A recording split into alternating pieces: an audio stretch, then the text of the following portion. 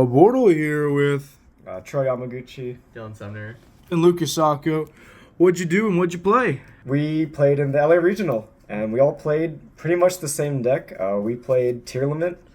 There's a funny story about this deck. About, 4 days ago, probably on like Monday or Tuesday, Dylan comes running to us in our group chat and goes, Yo guys, this new tier build is actually kind of crazy. I played it at locals once, and I cooked them. And we're just like looking at this guy like he's snorting crazy pills, but we tried it once. I played it exactly one locals.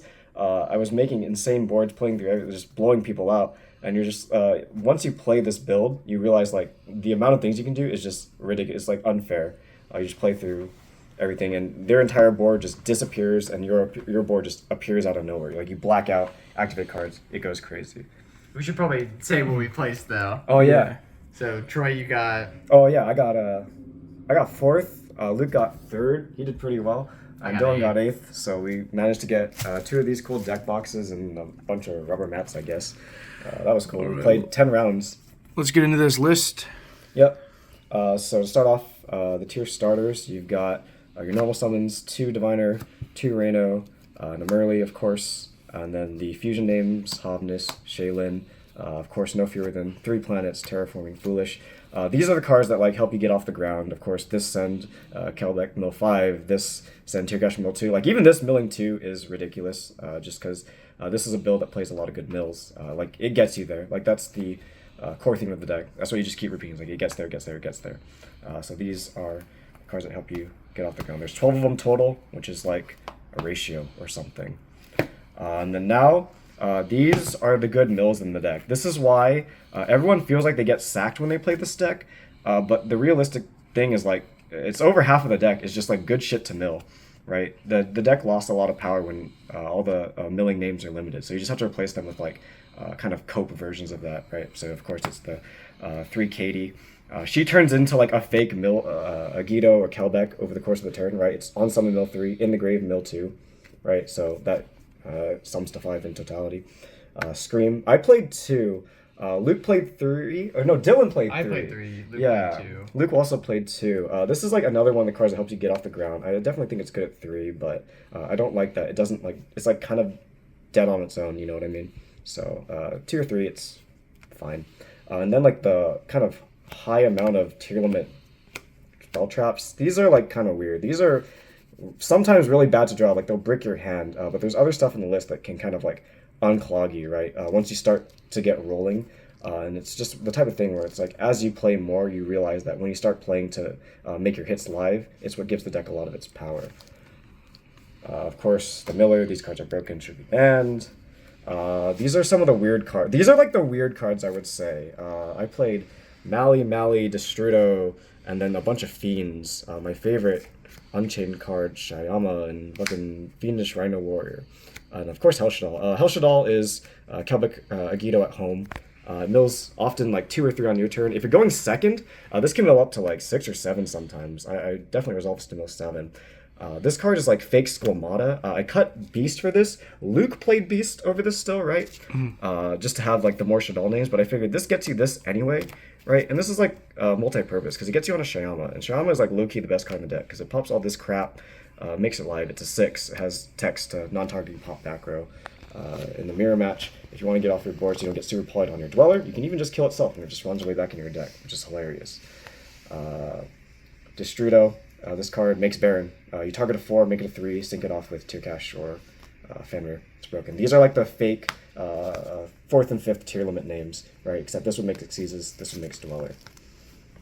Now he makes Beatrice. Or not Dweller, Baron. Right? Or sorry, Baron. Yeah. My bad.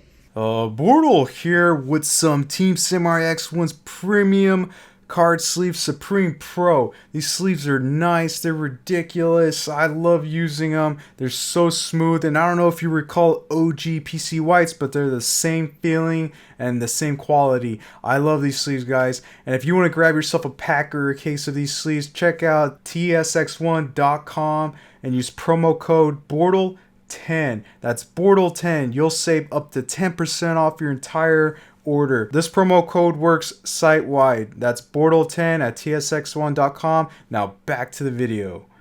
So these are all your good mills. There's, I think, 22, 21 of them. Point is, it's over half of your deck. It's insane. Some of them are awkward to draw, but you can find like you just play to unbreak yourself and kind of get rolling. And then like the going second cards, Super Poly because it's broken, Kaiju because it's broken, and it's an Aqua. That's the important thing. And I played Fenrir Wraithsoth. So with the terraforming, this sums to kind of like 9 going second cards, which in a deck like this is like as much as you can hope for, right? When you need every mill to be live, this will kind of get you there. This is where our lists differ a little bit. Luke, you didn't play these, right? You opted for instead Dangers. Because his logic was, these are like bad Shaylins. We make the joke that Shaylin's the only good card in the deck, and these are like bad Shaylins. They just help you play, and of course they're great fusion material. How many in the main deck? 40. Weird.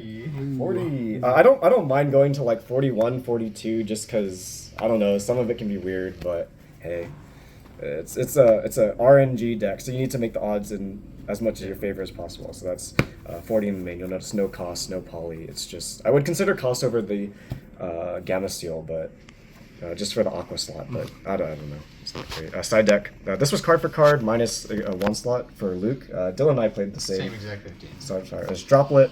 This is like it puts you at parity with the cat deck, right? Because it'll detach the spin. You can drop with them, and like you can play through your stuff pretty easily. It's also good versus Unchained and Yeah. Dweller decks. Because ultimately there are like only a few ways to Dweller anyway. So you just drop with them.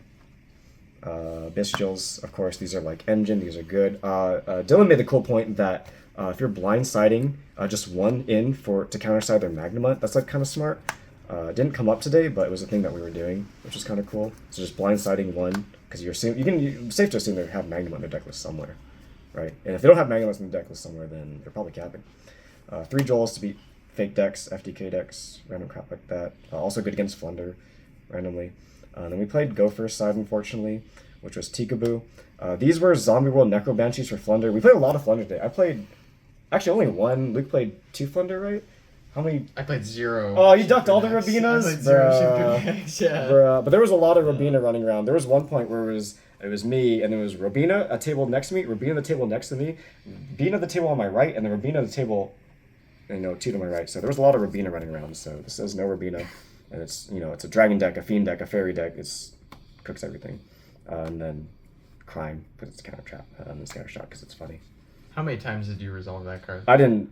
I put it in my deck once, and it just never came up. I didn't- resolved that card You're- like 4 or 5 You're a times sicko. this week. I hate you, man. I think maybe you need to start playing faster, Mr. Yeah, Sumner. It was crazy. It never came up for me. Let's get into the extra deck. Absolutely. Utility links, of course. Sprint, cross shoot, dart. This is with Kaleidosolic, it's Elf at Home. The fusions that you use as like toolbox to get into like your good Xyzes, Garura, Dangerous, Blood Dragon, right? And then the good Xyzes, of course, that you make off of this. We joke that this is like Xyz limit, right? Oftentimes, you'll be making Time Thief or Beatrice before committing to like any fusions, and then this is what gets you into fusions, obviously. Dweller Zeus, just because that's how you beat the mirror, and this is how you out annoying crap. This is the 1 slot in our extras that was different. Dylan and I played Wallow, just because we're Wallow copers, and it's fun to take people's non-engine, just because non-engine people are on, Fenrir's, Thrust, Tactics, etc. But Luke played Goddess, because Goddess just removes annoying cards. And then your boss monsters, your 3 fusion bosses, Kaleido, Linda, Dragostapelia, and then Baron to make off Destrudo. Destrudo was low-key the best card in my deck. I made Baron like once a match. It was ridiculous. So that's the list. Awesome. Well, it was great to see you guys, and congrats on your top. Absolutely.